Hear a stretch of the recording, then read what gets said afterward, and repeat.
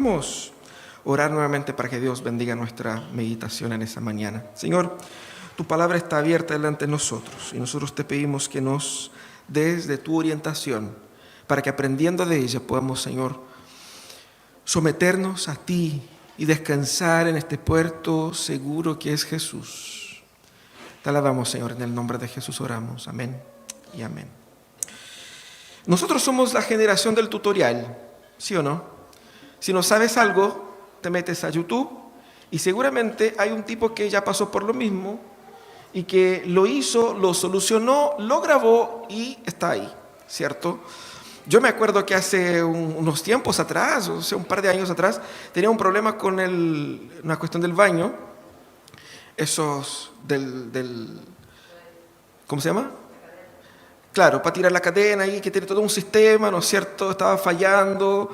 Y yo busqué por el modelo de la máquina ahí, por el mismo tamaño, y había un tipo que había tenido el mismo problema y solucionó. Fantástico. Somos la generación del tutorial. Es decir, nosotros tenemos a nuestras manos respuestas, y muchas veces respuestas fáciles para todo. Pero más que eso, nosotros también somos la generación de los influenciadores, porque más que dar un tutorial, muchos de esos pasan a ser influencers, ¿cierto? Que no solamente te dice cómo solucionar un problema A o B, pero te van a decir también cómo vivir, cómo ser la mejor versión de ti mismo, ¿cierto? ¿A cuánto nos encanta escuchar cosas así?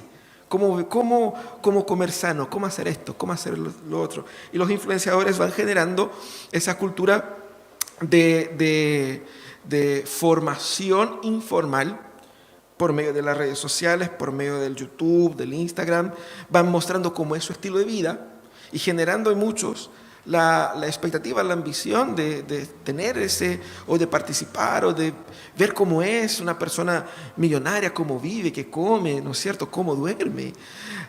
Y nos encanta, o a muchos les encanta eso. El tema es que esa cultura de los influenciadores se encaja profundamente en nuestra forma de sentir la sociedad de consumo, de consumir un estilo de vida y sobre todo, que es el mantra de los influenciadores o de los coaches de nuestros días, de decir las cosas que nosotros queremos escuchar. Decir que tú puedes, tú eres lo mejor, de que si te esforzás te conseguís. Nosotros vivimos en una cultura que se ha acomodado y ha buscado cada vez más escuchar algo que me haga sentir bien conmigo mismo. Tú eres bonito, tú eres lindo tal como eres. Dale para arriba, tira para adelante. Son frases típicas que nosotros decimos que han sido vehiculadas también por una generación nueva de influenciadores digitales. Pero junto con eso están muchas fake news, ¿cierto? Y nos encanta las teorías de conspiración.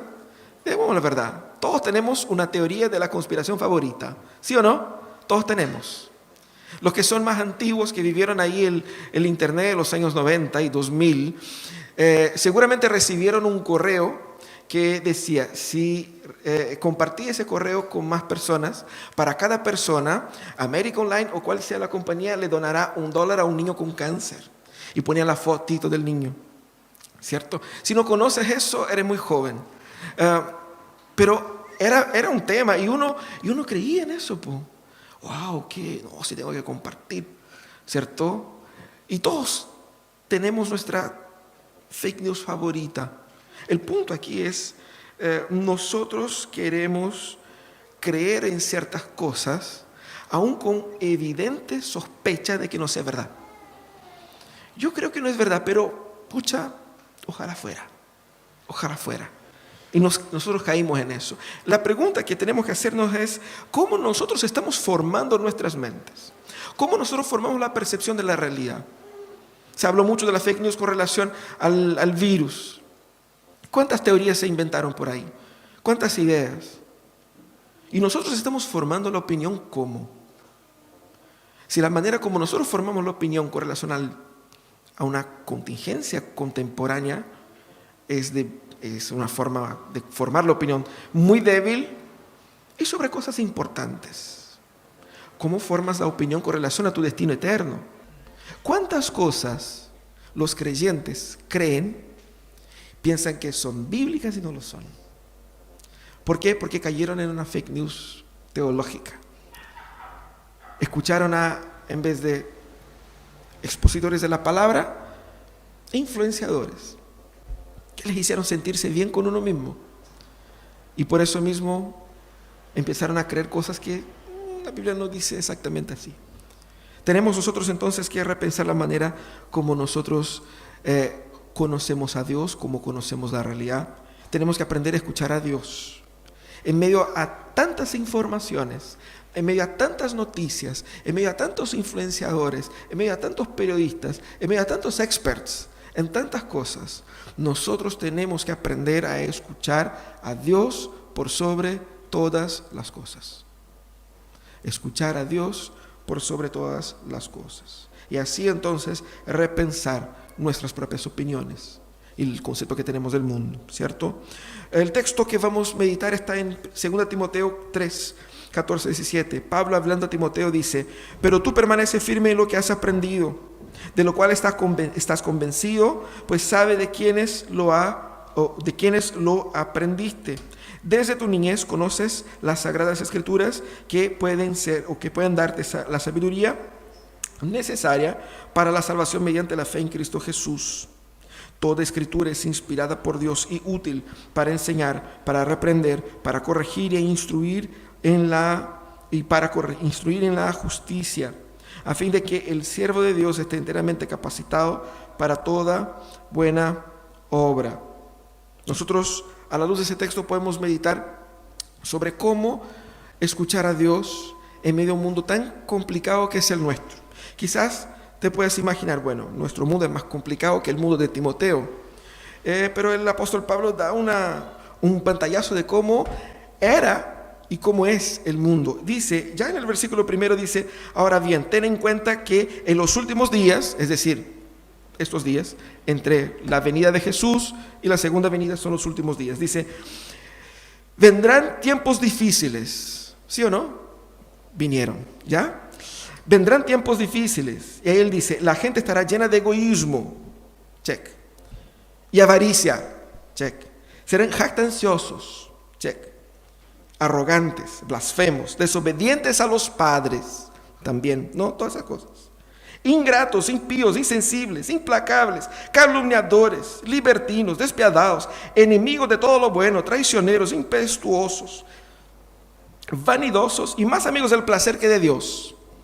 ¿Refleja nuestros días o no? Sí, ¿cierto? Entonces lo que el apóstol Pablo está hablando, mira, los tiempos serán difíciles.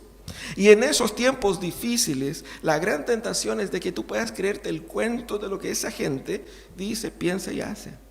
¿Cómo entonces cuidar tu mente en tiempos como ese?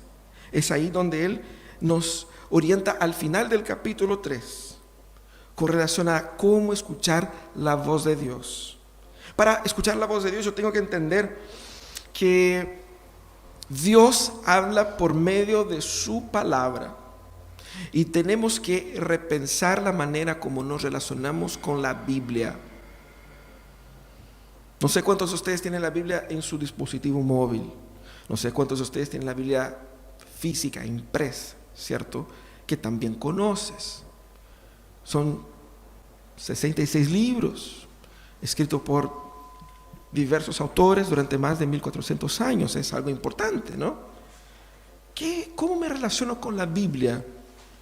¿Cómo te relacionas con la Biblia? Es clave para preservar tu mente en ese caos que vivimos, en medio a tantas fake news, en medio a tantos influenciadores, en medio a tantas respuestas fáciles, pero mentirosas. ¿Cómo escuchar a Dios? Tenemos que rescatar entonces la relevancia de la Biblia en nuestra relación con Dios. Hay mucha gente que cree que puede relacionarse con Dios perfectamente, conociendo el 0,1% de lo que dice la Biblia. Yo sé que hay muchas bromas con relación a eso, ¿no es cierto? Que uno puede decir, es que no tengo los datos de memoria acá, pero tratar de vivir el cristianismo así. Es que no sé exactamente lo que dice la Biblia, pero yo creo que debe ser eso, así, así, así, así. Muchos cristianos viven así, con una ignorancia consciente, de que yo no sé todo, pero no importa, por tanto que yo siento en mi corazón. Yo creo que el Diosito me está apañando acá. Yo no sé, eso he aprendido, he escuchado, alguien me dijo. Tenemos que aprender a escuchar a Dios en la Biblia. ¿Cómo hacemos? El apóstol Pablo nos ayuda aquí. Primeramente, él ayuda a rescatar la necesidad de la Biblia. Parece obvio, ¿no? Pero mira qué interesante. Cuando él está hablando a Timoteo sobre cómo vivir esos tiempos caóticos, él destaca que para preservarse de eso, tiene que mantenerse firme en lo que él había aprendido. Y dijo de que desde los primeros años has conocido la palabra de la verdad. Y dice, esta palabra, la Biblia, te pueden dar sabiduría necesaria para la salvación. Lo que Pablo está diciendo acá es que solamente a través de la Biblia es que alguien puede ser salvo. Por lo tanto, la Biblia es indispensable para la salvación. Es fundamental. Porque la Biblia me dice que yo soy pecador. Y la Biblia me dice, yo podría darme cuenta también sin la Biblia, pero lo que la Biblia principalmente me dice es cómo Dios me salva por medio de Cristo. Eso no hay como saber sin la Biblia. Por lo tanto, la Biblia es fundamental, es necesaria, indispensable para cualquier persona que sueñe con no solamente la salvación eterna, pero la salvación presente de su alma, de su vida. El hecho de que Timoteo haya crecido en una familia que le enseñara las Escrituras ayudó mucho. Y eso es lo que el apóstol dice, la importancia de la enseñanza de la Biblia en el hogar. ¿Por qué? Porque era fundamental para él. Piensen ustedes que son padres, que anhelan de ser padres, ¿qué información tienen que entregar a sus hijos? Muchos quieren que sus hijos sean una excelente persona, tengan una buena formación, tengan buen carácter, tomen buenas decisiones. La información más necesaria que sus hijos demandan está en las Escrituras. Eso es lo que el apóstol está hablando. Si el principio, y el principio aquí es el principio de la pedagogía, si el principio de la pedagogía es enseñar al ser humano y preparar al ser humano para la vida, ¿qué mejor manera de prepararlo sino entregando la enseñanza para la vida eterna? Una pedagogía teocéntrica basada en la Biblia apunta hacia la necesidad de la Biblia para el ser humano. El tema es, ¿yo trato la Biblia como algo necesario, algo indispensable, o es simplemente un libro de religión que está ahí? Lo consulto, ¿cierto? Para sacar el versículo del día y ojalá sea un versículo bonito, ¿cierto? Que no sea Primera Crónicas 1:5, que debe ser un montón de nombres. Ojalá sea, ¿no es cierto?, algo que dice, Dios te ama, te apaña y tú eres lindo y tira para adelante. No, eso no está en la Biblia. Pero uno quisiera que estuviera, ¿no? La Biblia es necesaria, no es porque dice lo que yo quiero, la Biblia es necesaria porque dice lo que yo más necesito. Yo la necesito.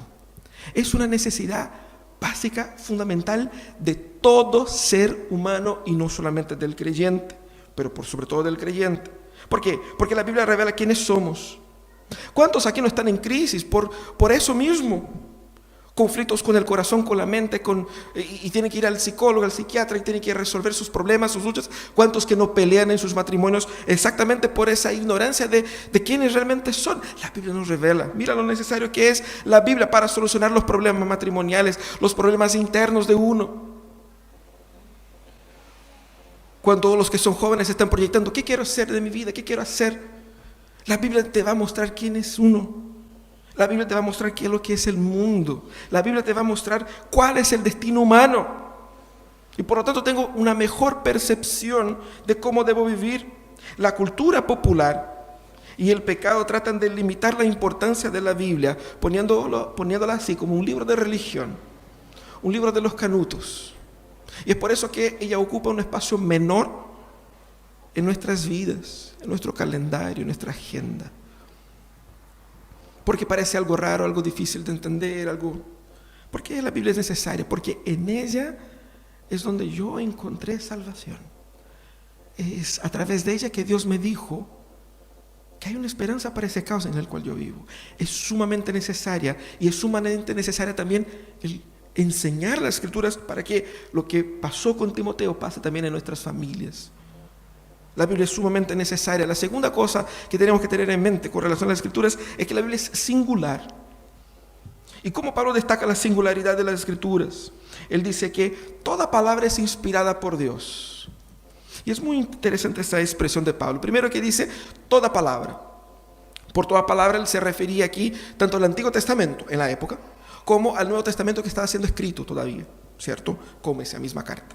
Dice, toda palabra es inspirada por Dios. ¿Qué significa eso? Esa totalidad que Pablo pone acá. Primero, nos ayuda a entender que la palabra de Dios es toda la Biblia y no solamente las partes que me gustan.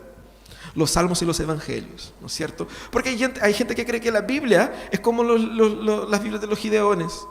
Salmo, Proverbios y el Nuevo Testamento. Porque el resto es muy complicado. No tienes que saber eso, ¿cierto? Pero no es así. Toda la palabra es inspirada por toda ella. Incluso las genealogías, incluso los textos pesados de las leyes, incluso esos textos que dicen que mataron a no sé quién y que hicieron tal cosa y que yo no entiendo, los capítulos enteros de Apocalipsis que habla de dragón, de 1000 ojos en la cara, no sé, esas cosas raras, fue inspirado por Dios.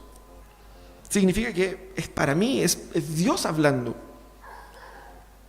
También significa que yo no puedo filtrar la Biblia según el color de mis impresiones e ideologías. Porque muchas veces uno puede decir, bueno, es que no es tan así.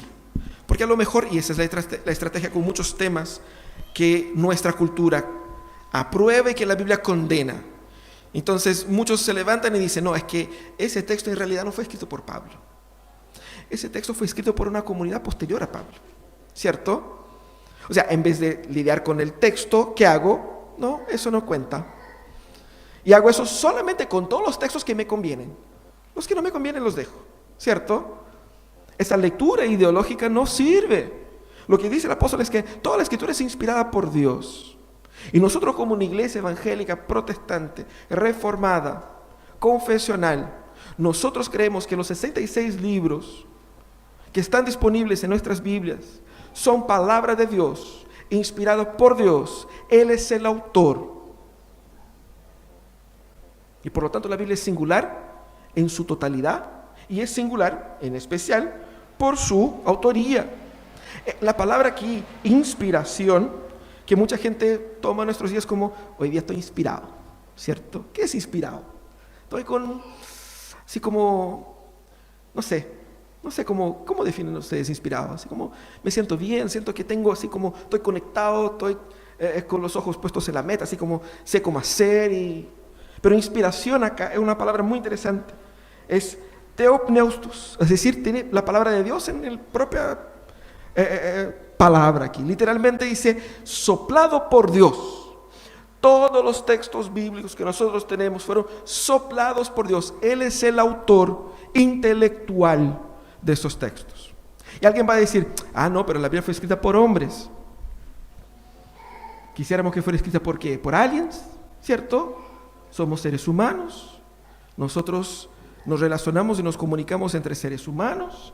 La Biblia fue escrita para seres humanos, por un Dios personal que inspiró a seres humanos con lo mejor de sus capacidades, habilidades, con su caligrafía, con su ortografía, con sus conocimientos, pero fue totalmente inspirado por Dios.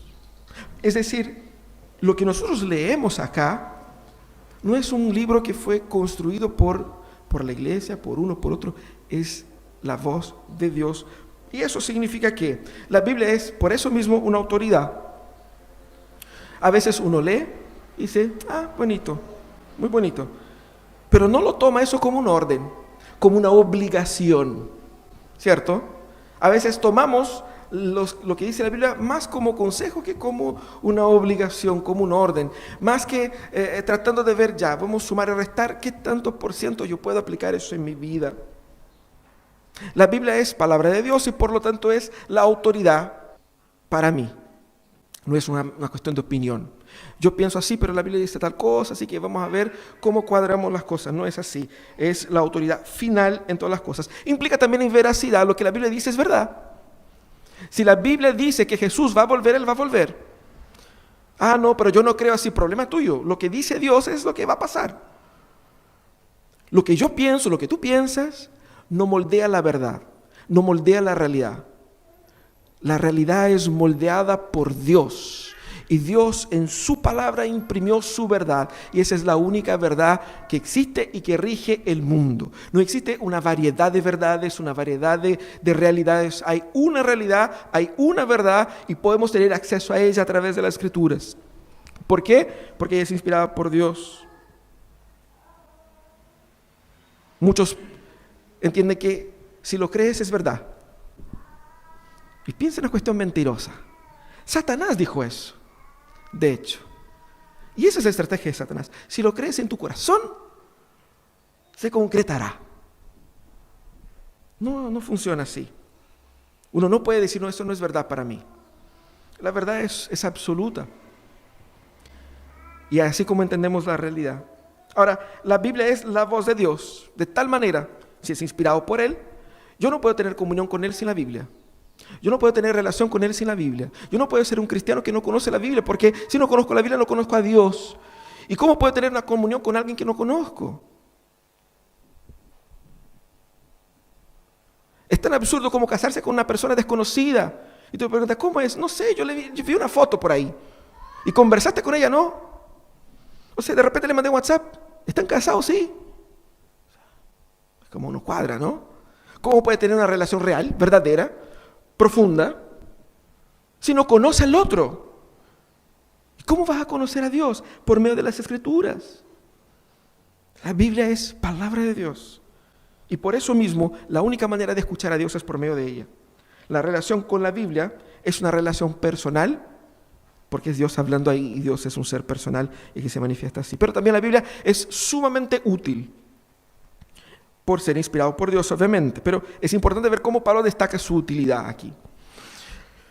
Podemos decir que la Biblia es útil, todos estamos de acuerdo con eso, en la teoría, pero muchas veces nuestra práctica no deja la evidencia de que eso es así. Si yo no utilizo, es porque no considero que sea útil, ¿sí o no?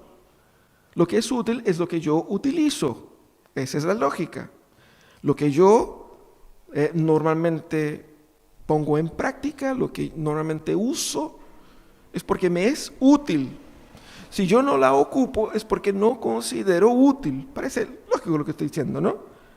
Y eso es lo que el apóstol quiere destacar. Confía en las Escrituras porque ella es sumamente útil.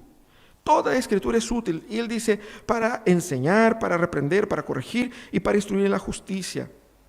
Es importante entender eso. La Biblia es útil para el hombre contemporáneo. La mentalidad de nuestra sociedad viene diciendo que las Escrituras, el texto bíblico, el texto religioso, es simplemente un texto de fe, de religión, es un texto para que tú lo leas en tu pieza, pero no tiene ningún valor para la sociedad, no tiene ningún valor para entender la realidad, no ayuda en nada con relación a las próximas elecciones, a la constitución del país, a la formación de las nuevas generaciones, a la formación de tu familia, porque ahí tú tenés que hacer como sentir en tu corazón. ¿Y la Biblia sirve para qué? Sirve para que puedas, no sé, tener una bola espiritual. Es así como muchos creyentes viven. ¿Qué debo hacer con mi familia? Uno pone la Biblia al lado y empieza a pensar. No pienses, lee, busca las Escrituras, porque ella es útil para eso. La Biblia es útil para resolver sus problemas. Eso es lo que el apóstol está diciendo. Él dice que es útil para enseñar, para instruir a otros. Es decir, la Biblia es el fundamento de todo lo que yo necesito saber en la vida. Ella es útil, porque ella es la base de fe. La fe no es meramente algo religioso. La fe es la percepción que yo tengo de la realidad. Por fe estoy hablando de la comprensión que tú tienes de cómo debe ser su familia, cómo te debe tratar tu marido, cómo debes tú tratar tus hijos. ¿Por qué piensas que debes tratar tu marido y tus hijos así? ¿De dónde sacaste esas ideas? ¿Por qué? La Biblia viene a corregir nuestras ideas, las fake news que nosotros inventamos, los ídolos que nosotros creamos, por medio de su enseñanza. Es útil para enseñar, es útil también para reprender, es decir, para indicar lo que está incorrecto en nosotros. Hay un montón de fake news que nosotros creemos y la Biblia viene a desmitificar un montón de cosas. Y qué hermoso es. Qué hermoso cuando nosotros estamos caminando por horas en un camino equivocado y de repente nos encontramos con un letrero que dice que yo estoy yendo hacia el sentido opuesto. A mí ya me pasó yendo al Tabo, a la granja presbiteriana, ahí en la comuna del Tabo. En las primeras veces uno decía hasta Algarrobo, ¿cierto? Iba por la costa. Ese error de iniciante, ¿no es cierto? No se va por ahí porque hay mucho taco, ¿cierto? Y ya, para ir no es tanto problema, pero para volver yo siempre encontré enredado. Y yo sabía que, obviamente, cuando uno no mira los mapas, ¿cierto? El Waze y Google Maps, uno va creyendo que sabe el camino y uno sabe, no, aquí tengo que dar la vuelta a la izquierda y allá a la derecha. Pero me confundí y hice el revés, ¿cierto?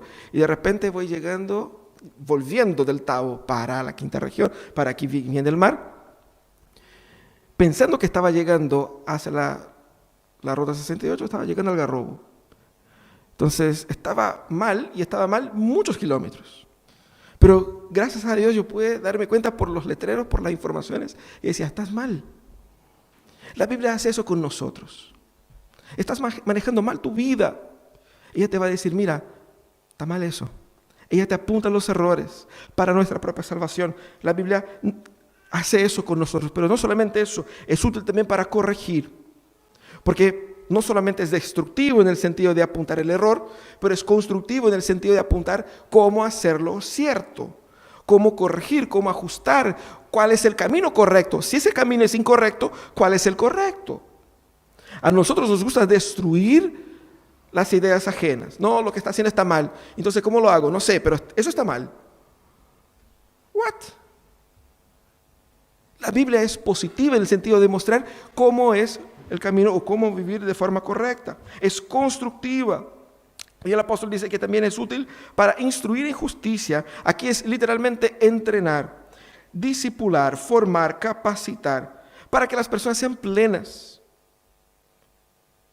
Y nosotros necesitamos entender eso. Todos los aspectos que el apóstol Pablo utiliza acá para la utilidad de la Biblia no apunta hacia una utilidad meramente individualista, que es como nosotros vemos mi relación con la Biblia, con mi versión, la que yo leo en mi pieza para mi vida. Todo lo que el apóstol está hablando de nuestra relación con la Biblia y de su utilidad sirve para mí en relación con el otro, para que el otro sea enseñado, para que yo sea enseñado por el otro, para que juntos aprendamos, para que juntos crezcamos. Implica también aquí en eso, en discipular, en entrenar, en formar. La palabra literalmente es de pedagogía aquí. La Biblia es útil para hacer esa pedagogía de la vida. Y muchos de los que ya tienen varios años pueden decir que se equivocaron mucho en la vida y pueden instruir a los más jóvenes a que no hagan y que no sigan por el mismo camino. ¿Sí o no? La palabra sirve para eso. Para que yo no solamente enseñe con mi ejemplo, pero pueda enseñar con la verdad. Para que no tengan ni yo ni ellos que pasar por cualquier problema o por los graves problemas que yo he pasado. Por eso la Biblia es sumamente útil. El punto es, si la Biblia es tan útil así, ¿por qué la ocupamos tan poco? Porque todavía hemos creído el cuento de que la Biblia es un libro de religión, que consultamos de vez en cuando, que se lee los cultos, que conoce el pastor nomás. La distancia de la Biblia muestra la distancia de Dios. Y la ignorancia de la Biblia muestra cómo sacamos tan poco provecho de ella. Muchos, o si no todos, tenemos celulares. Y hay celulares con funciones interesantísimas y que son muy útiles para nosotros. Pero cualquier persona consideraría una persona sin mucha percepción de tener un celular de última generación y ocuparlo solamente para hacer llamadas. Nada más. No tiene ninguna aplicación. No descarga nada. No entra en internet. Simplemente para hacer llamadas. Uno dice, pero ¿cómo tenía una máquina de esa para un uso tan básico? Lo mismo pasa con las escrituras. Tenemos algo sumamente útil para un uso muy básico. Pero necesitamos rescatar al final la finalidad de la Biblia. Y es ahí yo creo que es donde nos perdemos un poco. Pablo dice que la finalidad de la Biblia es que el siervo de Dios esté enteramente capacitado para toda buena obra. En la Biblia de las Américas hay una traducción que expresa mejor lo que Pablo dice acá. Dice, para que el hombre de Dios sea perfecto y equipado para toda buena obra. Es más literal de la forma como está ahí en el griego. Porque dice, para que el hombre de Dios sea perfecto, para que el siervo de Dios sea perfecto. Y uno dice, ya, pero perfecto es demasiado, ¿cierto? O sea, todos queremos ser mejores, pero perfecto, solo Dios. Y uno ya de partida descarta la idea de buscar ser perfecto porque es algo inatingible, no es una meta real. Pero no es eso lo que dice la Biblia. Por perfección acá está hablando de someterse a ese proceso de perfeccionamiento que hace el Espíritu Santo juntamente con la Biblia en mi vida. Si yo no busco ser perfecto, no busco ser santo. Si yo no busco ser santo, yo no he conocido a Jesús. Porque el efecto que Jesús produce en uno es el deseo de ser como Dios, de conocer a Dios. Yo no puedo conocer a Dios y no querer ser santo. Son cosas que se excluyen mutuamente. La búsqueda por la perfección no es ese perfeccionismo carnal y humano. Estamos hablando aquí, la busca por ser la persona que Dios diseñó que yo fuera. Porque ¿qué es lo que es la redención? Es exactamente eso. Es vivir ya sin dolores, sin dramas, sin sufrimientos, teniendo una conexión perfecta y plena con Dios. Eso es la perfección. Esa es la meta. Si yo no quiero ser perfecto, no quiero ser salvo. Por lo tanto, apunta aquí la finalidad de la Biblia para conducirme a ese proceso que Dios inició en mí de salvación. Para restaurar las cosas que están mal. Para corregir mis locuras. Para sacarme de ese montón de fake news, de ese montón de teorías de la conspiración que yo llamo de cristianismo y que no lo son. Eso es lo que él está hablando aquí. La Biblia tiene esa finalidad de conducirnos a ese estado de perfeccionamiento, de perfección. Y es interesante porque dice, para que sea perfecto y equipado para toda buena obra. Y bueno que dice equipado para toda buena obra. Es decir, la Biblia nos dará recursos para hacer todo lo que nosotros tengamos que hacer según la voluntad de Dios. ¿Qué quiere Dios de mi vida? Descubriré las Escrituras, Él me va guiando por el camino, pero yo estoy seguro que Dios me dará todos los recursos para hacer lo que Él quiere que yo haga. Y esos recursos están en las Escrituras. Mientras más conozco la Biblia, más conozco a Dios, más conozco su plan para mi vida, más soy capacitado para enfrentar los momentos difíciles de sufrimiento, de angustia. Mejor puedo entender cómo salir del hoyo en el cual quizás estoy, cómo salvar mi matrimonio, cómo salvar mis hijos, cómo cuidar mi familia, cómo encontrar una nueva profesión, cómo aportar en el futuro del país. Nos equipa para todo eso. Pero no solamente eso, es interesante que nuevamente el apóstol apunta aquí, no a una ambición individualista, para que yo sea bacán, para que yo sea mejor que todos, para que yo sea así como la última chupada del mate del mundo. No, el apóstol está hablando aquí de la experiencia con la Biblia produce resultados prácticos que me ayuden a servir, que me ayuda a hacer el bien, que me ayuda a bendecir a otros con integridad, con propósito, viviendo una vida que vale la pena ser vivida y viviendo para la bendición de otros. Esa es la finalidad de las Escrituras. Recuperar la finalidad de la Biblia es fundamental. Y cuando nosotros nos relacionamos con las Escrituras, con la Biblia, entendiendo su propósito, su finalidad, nosotros estaremos viviendo para la gloria de Dios. Porque ese es el propósito por lo cual todas las cosas fueron creadas. Queremos ser santos, queremos ser como Jesús, queremos ser salvos. La Biblia nos conduce a eso. Debemos escuchar entonces la voz de Dios. ¿Cómo escuchamos la voz de Dios? Primeramente debo conocer para obedecer. No podrás obedecer a Dios si no sabes lo que Él te dijo. O si sabes la mitad de lo que Él te dijo. Tenemos que conocer a Dios.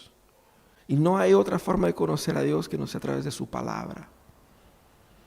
No te va a aparecer así como en una nube, en una noche, despertándote en tu pieza, diciendo, Francisco, Francisco, te tengo una revelación, vas a cantar reggae.